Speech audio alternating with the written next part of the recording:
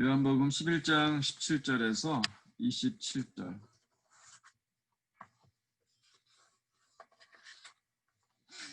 네, 제가 읽겠습니다. 예수께서 와서 보시니 나사로가 무덤에 있은지 이미 나으리라. 베다니는 예루살렘에서 가깝기가 한 오리쯤 되매 많은 유대인이 마르다와 마리아에게 그 오라비의 일로 위문하러 왔더니 마르다는 예수께서 오신다는 말을 듣고 곧 나가 맞이하되 마리아는 집에 앉았더라.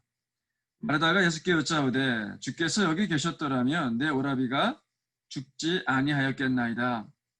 그러나 나는 이제라도 주께서 무엇이든지 하나님께 구하시는 것을 하나님이 주실 줄 아나이다. 예수께서 이르시되 내 오라비가 다시 살아나리라. 마르다가 이르되 마지막 날 부활 때에는 다시 살아날 줄을 내가 아나이다. 예수께서 이르시되 나는 부활이요 생명이니 나를 믿는 자는 죽어도 살겠고 무릇 살아서 나를 믿는 자는 영원히 죽지 아니하리니 이것을 내가 믿느냐. 이르되 주여 그러하외다. 주는 그리스도시요 세상에 오시는 하나님의 아들이신 줄 내가 믿나이다. 아멘. 네, 나사로라는 사람이 있었습니다. 예수님이 사랑하는 형제예요. 이 사람이 죽을 병에 걸렸습니다.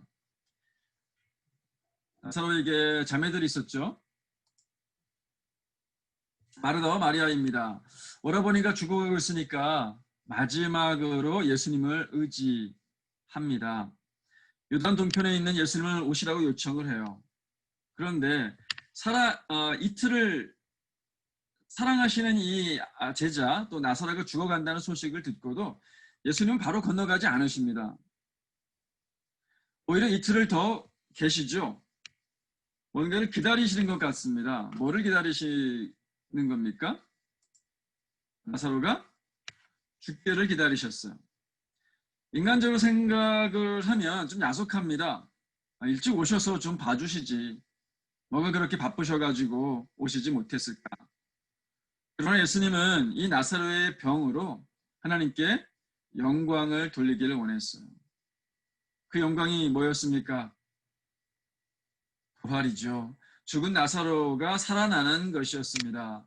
그 나사로의 부활은 곧 조금 있다가 있을 예수님의 죽으심과 부활을 가리키는 것이죠. 나아가서 예수님의 그 죽음과 부활을 통해 제자들과 또 우리도 구원을 받게 되는 겁니다. 그러니까 이 일은 하나님께 영광이 되는 거예요. 그리스도에게 영광이 되는 겁니다. 예수님이 그럽니다. 우리 친구 나사로가 잠들었다. 그러나 내가 깨우러 가노라. 제자들은 이 예수님의 말씀을 이해하지 못했어요. 잠들었으면 일어나겠죠. 예수님이 죽음의 권세를 이기시는 하나님이심을 아직 믿지 못한 상태입니다. 이게 지난주 이야기였어요. 오늘 본문에서는요. 제자들 말고 이제 나사로의 자매들 마르다와 마리아의 이야기가 펼쳐집니다. 역시 주제는 죽음과 부활이에요. 오늘 본문을 통해 우리는 부활에 대해서 얼마나 정확히 알고 있는가, 그리고 나는 그 부활을 얼마나 믿고 있는가 점검해보는 시간 되기를 바랍니다. 17절에서 19절은요. 오늘 이야기의 배경을 제공을 하죠. 17절 말씀을 보면 예수께서 와서 보시니 나사로가 무덤에 있은지 이미 나으리라. 아마도 베다니는 예수님이 계셨던 곳에서 한 하루 정도 떨어져 있는 거리였던 것 같아요. 소식을 전하러 오는데 하루, 예수님이 이틀을 머무셨고 그리고 또 간 게 하루 정도 걸렸던 것 같습니다. 도착해 보니까 나사로가 죽은 지 나흘째가 됐다고 그랬죠. 보니까 마리아를 위로하기 위해서 주변 유대인들이 많이 모였어요. 예수님이 오셨다는 소식을 듣고 누가 먼저 달려옵니까? 마르다가 달려오죠. 20절에 마르다는 예수께서 오신다는 말을 듣고 곧 나가 맞이하되 마리아는 집에 앉았더라. 여기서 마르다와 마리아를 좀 비교해 볼 수가 있어요. 마르다는 예수님을 맞이하러 바로 나왔는데 왜 마리아는 집에 있었을까? 왜 안 나왔을까? 혹시 예수님에게 삐진 건 아닐까 그렇게 생각해 보기도 할 수 있는데요. 삐졌다라고 보기에는 좀 어려워 보입니다. 28절 말씀을 보니까 예수님이 마리아를 부르신다라는 얘기를 들어요. 그러고 난 다음에 29절에 보면 마리아가 이 말을 듣고 급히 일어나 예수께 나아가매로 되어 있어요. 그러니까 삐진 건 아니었던 것 같습니다. 아마 그 상갓집에는 한 명이 상주가 자리를 지키고 있어야 되잖아요. 그러니까 마리아가만 지켰던 것 같아요. 근데 원래 장남이 또는 장녀가 이렇게 지키는데 여기는 반대로 마리아가 지키고 장녀인 마르다가 튀어나갔단 말이에요. 이거는 뭘 알 수 있냐면 성격 탓이라고 보는 게 좀 더 정확해 보입니다. 마르다는 적극적이고 외향적인 성격이고요. 반면에 마리아는 좀 소극적이고 차분한 그런 성격인 것을 짐작해 볼 수가 있어요. 이거를 어디에서 조금 더 알 수가 있냐면은 누가복음 10장 38절에서 40절 보면 알 수가 있습니다. 이 사건이라는 그 전년도였던 것 같아요. 예수님이 이 집에 또 오셨어요. 그때 마르다는 음식을 준비하느라고 막 분주합니다. 근데 마리아는 예수님 곁에서 말씀을 듣고 있어요. 그래서 혼자 막 바쁘게 일하다가 마르다가 부엌에서 혼자만 일하고 있었던 것이 약간 억울했는지 예수님에게 그렇게 요청을 합니다. 내 동생에게 명하여 나를 좀 도와주라고 하십시오 라고 해요. 그때 예수님이 이렇게 말씀하시죠. 41절 마르다야 마르다야 내가 많은 일로 염려하고 근심하나 몇 가지만 하든지 혹은 한 가지만이라도 족하니라. 마리아는 이 좋은 편을 택하였으니 빼앗기지 아니하리라. 마리아는 차분하게 예수님의 말씀을 듣고 있는데 막 마르다는 여러 가지 일로 분주한 거예요. 이 말씀 때문에 마르다에 대해서 조금 오해가 있습니다. 보통 우리가 마르다와 마리아를 어떻게 이해하고 있냐면 마리아는 좀 믿음이 좋은 사람이고 마르다는 믿음이 좀 약한 사람 또는 일에 집중하는 사람 이렇게 오해하는 분들이 좀 있으세요. 또 더 나아가서는 이 마르다는 좀 믿음이 없을 뿐만 아니라 세상적이다 이렇게 또 마리아는 영적이다 이렇게 보시는 분들도 있습니다. 근데 그런 해석은 마르다를 오해하는 거거든요. 만약 그렇게 해석했다면 어떤 그 믿음이 또는 논리가 들어오냐면 영적인 행동은 좋은 것이고 마르다처럼 이렇게 육적인 행동은 나쁜 것이다라는 논리가 들어와요. 그래서 교회 안에 영적인 것, 그러니까 예배에 참석하고 말씀을 읽고 기도하는 것, 또 전도하는 것 이런 거는 영적인 것이어서 좋고 몸으로 봉사하고 수고하는 것들 있잖아요. 그거는 덜 영적인 것이기 때문에 별로 안 중요하고 이런 오해가 있게 돼요. 영적인 건 좋은 것, 육적인 건 나쁜 것 이런 믿음은 이단적인 믿음이라 그랬죠. 초대교회 당시에 유행했었던 영지주의가 바로 그런 논리를 주장했습니다. 옛날에 저희가 처음 예수님 믿었을 때에도 교회 안에 그런 분위기들이 좀 있었단 말이죠. 영적인 건 좋은 거고 그래서 막 말씀 듣고 수련회 가고 부흥에 참석하고 이런 건 되게 좋은 거고요. 그리고 아무도 부엌에 가서 뭔가 일을 하려고 그러지 않아요. 아무도 밖에 나가서 뭔가 이렇게 봉사하거나 섬기거나 수고하거나 이런 것 별로 안 하려고 그러는 그런 그 성향들이 조금 있었습니다. 그래서 이 예수님이 마르다 편을 들어주지 않고 마리아가 더 좋은 것을 택했다 이렇게 말씀하셨는데 그 이유는요. 마르다가 여러 가지 일로 근심하고 염려했다라고 되어 있잖아요. 그 이유가 더 큽니다. 또 상황적으로 예수님이 원하는 그거를 해결하기보다 말씀을 들려주기를 원했거든요. 예수님의 의중을 누가 조금 더 가깝게 알아차린 건가요? 그게 이제 마리아였죠. 그래서 마리아는 더 좋은 것을 선택했다 이렇게 얘기를 한 것이지 결코 마리아는 영적이고 더 믿음이 좋고 마르다는 육적이고 또 뭐 믿음이 안 좋고 이런 의미가 아니었다라고 하는 거죠. 우리 믿는 자들은 두 가지가 다 필요해요. 영적인 성장을 위해서는 말씀을 듣고 기도하고 주님을 만나는 거 중요합니다. 그러나 그것만 하려고 해서는 안 되죠. 동시에 마르다처럼 섬기는 일도 해야죠. 마태복음 25장에 보면은요, 양과 염소의 비유를 말씀하셔요. 그때 예수님이 양이 된 사람들 칭찬하십니다. 뭐라고 칭찬하시냐면, 내가 줄일 때에 너희가 먹을 것을 주었고, 목마를 때에 마시게 하였고, 나그네 되었을 때에 영접하였다. 그러니까 뭡니까? 마리아는 믿음의 여인이고 마르다는 육적의 여인이다. 이렇게 생각해서는 안 된다는 거예요. 이런 섬김도 굉장히 중요하다. 마르다와 마리아는요, 모두 예수님을 사랑하는 여인들이었습니다. 믿음의 차이가 그렇게 크지 않습니다. 예수님을 만났을 때 이 여인들의 반응을 한번 보세요. 여인들의 반응도 똑같습니다.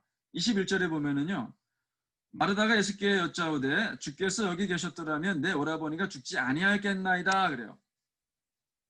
32절에 마리아가 이렇게 반응을 해요. 예수 계신 곳에 배웠고 그 발 아래 엎드려 이르되 주께서 여기 계셨더라면 내 오라버니가 죽지 아니하였겠나이다. 똑같은 고백을 하죠. 이들의 믿음에는 별 차이가 없는 거예요. 사실 이 정도의 고백도 대단한 거 아닙니까? 그래서 예수님이 나사렛의 병을 고칠 수 있다. 이런 믿음은 되는 거잖아요. 그러나 이 본문의 주제가 뭐라 그랬습니까? 죽음과 부활이에요. 이들의 고백에는 죽음을 뛰어넘는, 죽음을 극복하는 부활에 대한 믿음은 보이지 않습니다. 22절에 마르다가 이렇게 고백하긴 해요. 그러나 나는 이제라도 주께서 무엇이든지 하나님께 구하시는 것을 하나님이 주실 줄을 아나이다. 나사로가 죽은 상황에서 이 고백은 예수님이 지금이라도 하나님께 구하면 나사로를 살려줄 수 있다는 믿음처럼 보여요. 그러나 이어지는 대화에서 밝혀져 이것은 부활을 믿는 고백이 아닙니다. 23절에 보면은요, 예수님이 내 오라버니가 다시 살아나리라 이렇게 하세요. 그랬더니 24절에 마리아가 이렇게 대답해요. 마지막 날 구할 때에는 다시 살아날 줄을 내가 아나이다. 지금 살려낼 거라는 믿음은 없어요. 39절에 예수님이 나사로 살리려고 무덤에 돌을 옮겨놓으라 그래요. 그때도 마리아가 이렇게 대답해요. 주여, 죽은 지가 나흘이 되었음에 벌써 냄새가 납니다. 썩는 냄새가 진동하는데 어떻게 다시 살아납니까? 그런 의미예요. 부활을 믿는 고백이 아닙니다. 그죠? 예수님이 일찍 오셨으면 우리 오라버니가 죽지 않았을 텐데 하는 그런 아쉬움의 표현이라고 봐야 됩니다. 우리는 여기서 죽음과 부활에 대한 개념을 좀 정립할 필요가 있습니다. 부활에 대해서 믿음의 정도에 따라서 네 가지의 생각들, 네 가지의 아이디어들 또는 믿음으로 분류해 볼 수가 있어요. 첫 번째, 죽으면 끝이다. 부활은 없다. 이렇게 믿는 사람들이 있습니다. 내세를 믿지 않는 거예요. 천국과 지옥의 존재를 믿지 않습니다. 죽으면 다 흙으로 돌아가고 영혼도 없어진다. 아무것도 남지 않고 그냥 다 없어진다는 뜻이에요. 그러니까 오직 이 땅의 인생만 유효한 거예요. 그러니 이 땅의 인생만이 중요하죠. 그런 믿음입니다. 요즘 욜로족이 이슈죠. 젊은 청년들 사이에서 유행하는 말이죠. 인생 뭐 있냐? 한 번뿐인 인생. 즐기다 가자. 그런 주의예요. 미래를 생각하지 않습니다. 오직 오늘 내 삶의 즐거움과 쾌락을 위해 살아갑니다. 그게 가장 중요한 가치예요. 그러나 죽음은 끝이 아니라 새로운 시작입니다. 그것도 영원한 삶의 시작. 여기서 대한 번째 나온 내세는 있다. 그러나 육체는 죽고 영혼만 간다. 이런 믿음을 갖고 계시는 분들이 계세요. 영혼만 부활하는 거죠. 영혼의 부활만 믿고 육체의 부활은 믿지 않는 거예요. 이런 신앙을 뭐라고 부른다 그랬어요? 영지주의식 기독교라 그래요. 영지주의는 뭘 믿습니까? 어떻게 생각해요? 육체는 열등한 거예요. 심지어 악한 것으로 봅니다. 영혼은 선한 거예요. 좋은 거예요. 그러니까 천국 갈 때에는 천국은 선한 것이잖아요. 천국은 그런 악한 육체는 올 수가 없는 곳이에요. 선한 영혼만 간다라고 믿는 게 영지주의식 기독교입니다. 그러다 보니까 이 땅에서 삶을 어찌 살아도 괜찮다는 거예요. 한국의 구원파 같은 이단들이 바로 이런 신앙을 갖고 있습니다.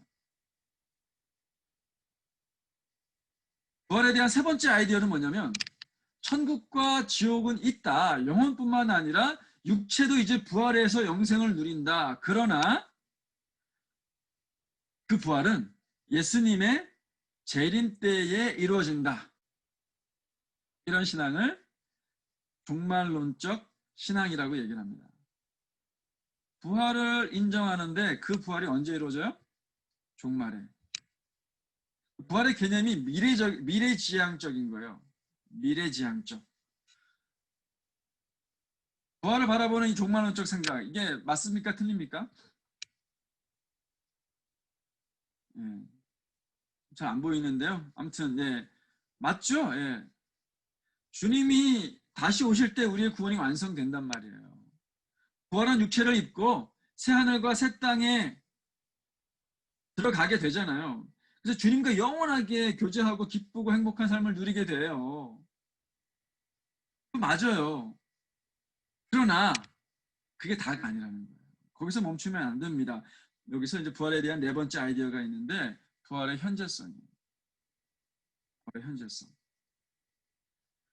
25절에 예수님이 이렇게 말씀하세요. 나는 부활이요 생명이니 나를 믿는 자는 죽어도 살겠고 무릇 살아서 나를 믿는 자는 영원히 죽지 아니하리니. 예수님이 부활이고 생명이에요. 예수님을 믿으면 죽어도 살겠고, 여기서 죽는다는 것은 뭐예요? 내 육체의 마지막이잖아요. 그러니까 미래적이에요. 미래적이니까 종말론적으로 볼 수 있어요. 그런데 여기서 멈추면 안 돼. 26절에 예수님이 뭐라고 그랬어요? 무릇 살아서 나를 믿는 자는 영원히 죽지 아니하리라고 하셔요. 살아서 믿는 것은 아직 죽지 않은 상태이니까 뭐예요? 현재성이 있죠. 현재란 말이에요. 육체가 죽어야만 또는 예수님이 다시 오셔야만 부활을 하는 게 아니라 오늘 현재 부활을 경험할 수 있다는 뜻이에요. 어떤 사람이? 믿는 자가. 나를 믿으면 그 즉시 부활이 일어난다는 뜻이에요. 로마서 6장 5절에 바울이 이렇게 얘기합니다. 만일 우리가 그의 죽으심과 같은 모양으로 연합한 자가 되었으면 또한 그의 부활과 같은 모양으로 연합한 자도 되리라. 예수님을 믿는 행위는 그의 죽으심과 함께 죽고 그의 부활과 함께 다시 살아나는 행위입니다. 뭐에 대해서 죽고 뭐에 대해서 살아나는 거예요? 로마서 6장 11절에 바울이 이렇게 얘기해요. 이와 같이 너희도 너희 자신을 죄에 대하여는 죽은 자요 그리스도 예수 안에서 하나님께 대하여는 살아있는 자로 여길지어다. 믿는다는 것은요, 죄에 대해서 죽었음을 의미합니다. 죄에 대해 죽었다는 것은 죄에게 반응하지 않는다는 뜻이에요. 죄가 시키는 대로 막 다 반응을 해서 죄를 짓는다. 그런 뜻이 아니라는 거죠. 죄에 대해서 반응하는 것이 아니라 우리 하나님께 반응을 합니다. 하나님께 살아있어요. 하나님이 말씀하실 때 순종하는 겁니다. 인도하심에 따라가는 거예요. 혹시 실수해서 죄를 지을지라도 어떻게 됩니까? 하나님께 반응해서 회개합니다. 그게 죄에 대해서 죽고 하나님께 대해서 산 사람의 모습인 거예요. 뿐만 아니라 믿는다는 것은요, 예수님의 부활에 참여해서 새로운 사람이 되는 겁니다. 새로운 사람이 되는 거예요. 죽은 후에 천국에서 새로운 사람이 된다. 그 뜻만이 아니라 오늘 지금부터 우리는 새로운 사람이 되는 거예요. 믿는 즉시 그게 부활의 현재성. 돌을 옮겨 놓게 하고 난 다음에 예수님이 큰 소리로 명하세요. 43절에 보세요. 나사로야 나오라. 그랬더니 44절에 기적이 일어납니다. 죽은 자가 수족을 배로 동인 채로 나오는데 그 얼굴은 수건에 쌓였더라. 예수께서 이르시되 풀어놓아 다니게 하라. 죽었던 나사로를 살리신 이 표적은요, 부활의 현재성을 강조하는 겁니다. 죽었던 사람이 살아나서 막 돌아다니는 거예요. 새로운 생명을 얻게 된 거예요. 나사로를 살려놓았더니 죽기 전처럼 막 비실비실하고 아파서 침대에 누워있는 그런 상태가 됐습니까? 아니에요. 완전히 새로운 사람이 되어가지고 풀어놓아 다니게 하라. 혼자 막 굴에서 빠져나왔단 말이에요. 부활을 경험하고 새로운 인생을 살아갑니다. 그 부활의 현재성을 우리에게 알려주는 게 바로 이 나사로의 기적이에요. 이걸 우리의 삶에 적용해 봅시다. 분명 우리가 믿기는 하는데 삶의 부활의 능력이 없어요. 안 나타납니다. 부활은 나중에 뭐 천국에 갈 때나 있는 것처럼 생각을 하는 거예요. 그러니까 오늘 하루를 살면서도 막 병든 닭처럼 막 시름시름 알아요. 매가리가 없습니다. 겨우겨우 살아갑니다. 능력도 없고 기쁨도 없고 평강도 없습니다. 만약 우리가 그런 삶을 반복해서 산다면 우리는 부활을 경험하지 못하고 있는 거예요. 부활은 오늘 믿는 모든 사람들이 경험할 수 있는 것이고 경험해야 하는 현재의 사건입니다. 이 부활을 경험하며 사는 저와 여러분 되시기를 바랍니다. 오늘 마르다와 예수님의 대화에서 한 가지 더 살펴볼 수 있는 것은 아는 것과 믿는 것의 차이입니다. 23절에 예수님이 내 오라비가 다시 살아나리라 했더니 24절에 마르다가 마지막 날 부활 때에는 다시 살아날 줄을 내가 아나이다 이래요. 압니다 이렇게 얘기해요. 무엇을 하실 수 있는지 예수님이 하나님께 구하시면은 하나님이 하실 수 있는 줄을 압니다. 아는 것으로 얘기를 한단 말이에요. 마르다는 믿습니다가 아니에요. 그래서 예수님이 다시 25절에 나는 부활이요 생명이니 나를 믿는 자는 죽어도 살겠고 무릇 살아서 나를 믿는 자는 영원히 죽지 아니하리니 이것을 네가 믿느냐? 라고 묻습니다. 마르다는 압니다. 예수님은 믿느냐? 예수님이 지금 여기서 아는 것과 믿는 것이 다르다라는 것을 지적하고 있는 거예요. 아느냐가 아니에요. 믿느냐? 믿음을 요구하고 있어요. 지식이 아닙니다. 아는 것만으로는 충분하지 않기 때문이에요. 여러분, 지식은 믿음이 아닙니다. 물론 아는 것은 중요하죠. 소크라테스가 한 유명한 말이 있죠. 뭐죠? 너 자신을 알라. 근데 너 자신을 알라 이 말보다 또 먼저 한 얘기가 있습니다. 이것도 되게 유명한 말이에요. 뭐냐면 자신의 무지를 아는 것이 삶의 시작이니라. 무지를 아는 것이 곧 삶의 시작이다. 내가 모른다는 것을 아는 것이 배움의 시작이라는 뜻이에요. 그죠? 그게 무슨 말이냐 이해할 수 있게 해봐라. 막 이렇게 공격하는 그 소크라테스 당시에 그 사람들에게 소크라테스가 뭐라고 얘기하는 거예요? 너 자신을 알라. 네 꼬라지를 알라. 너의 무지를 알라.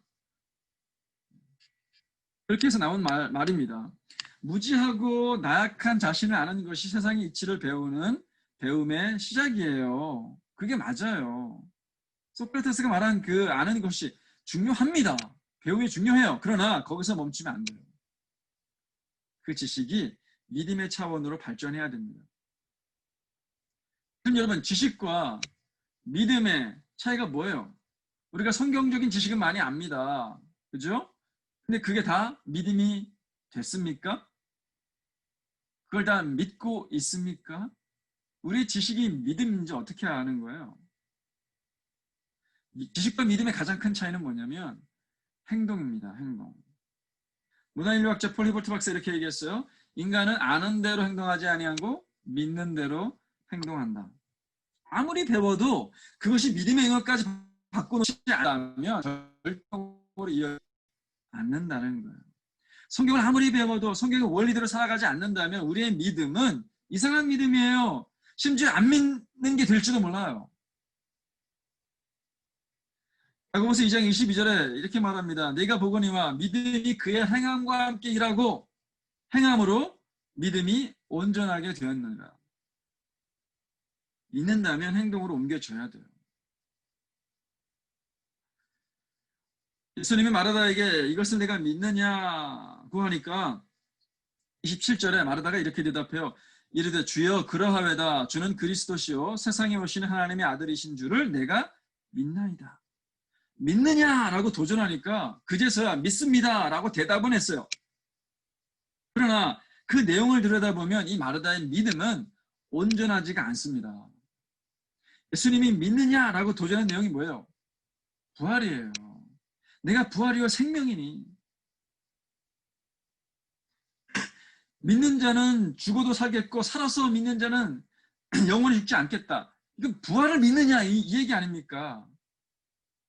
그런데 마르다는 다른 걸 고백해요. 뭐라고 고백을 합니까? 주는 그리스도시요 세상에 오시는 하나님의 아들이심을 믿습니다.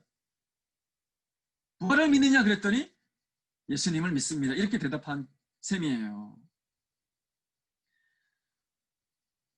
예수님이 말씀하시고 행하실 부활에 대해서 예수님을 믿습니다. 예수님은 믿어요. 근데 부활에 대해서는 믿지 못하고 있는 모습이라 이 말이에요.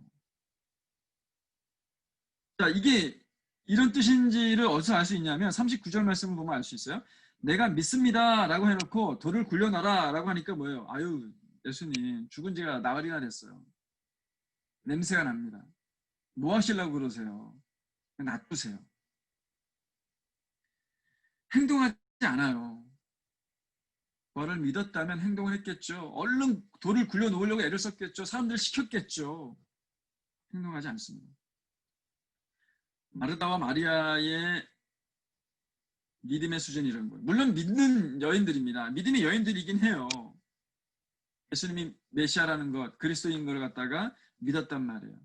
예수님이 맹인의 눈을 뜨게 했어요. 38년 된 병자를 고치셨단 말이에요. 그 경험으로 이제 나사로가 병들었을 때 예수님이 함께 하셨다면 나사로를 우리 오라버니를 고치실 수 있으셨을 텐데 그 믿음이 있었단 말이에요. 그러나 이들이 한 번도 경험해보지 못했었던 부활은 믿지 못한 겁니다. 이것이 우리 믿음의 수준은 아닌가 한번 생각해 봤으면 좋겠어요. 내가 믿습니다, 주님. 주님 믿습니다. 예수는 하나님 아들입니다. 메시아입니다. 나를 구원하실 분입니다. 십자가에서 나를 위해서 돌아가 주셨습니다. 이렇게 우리가 고백하기는 해요. 근데 행동은 안 하는 거예요. 믿는다고 하면서도 내 삶에 변화가 없습니다. 변화를 추구하지도 않습니다. 변화를 원하지 않아요.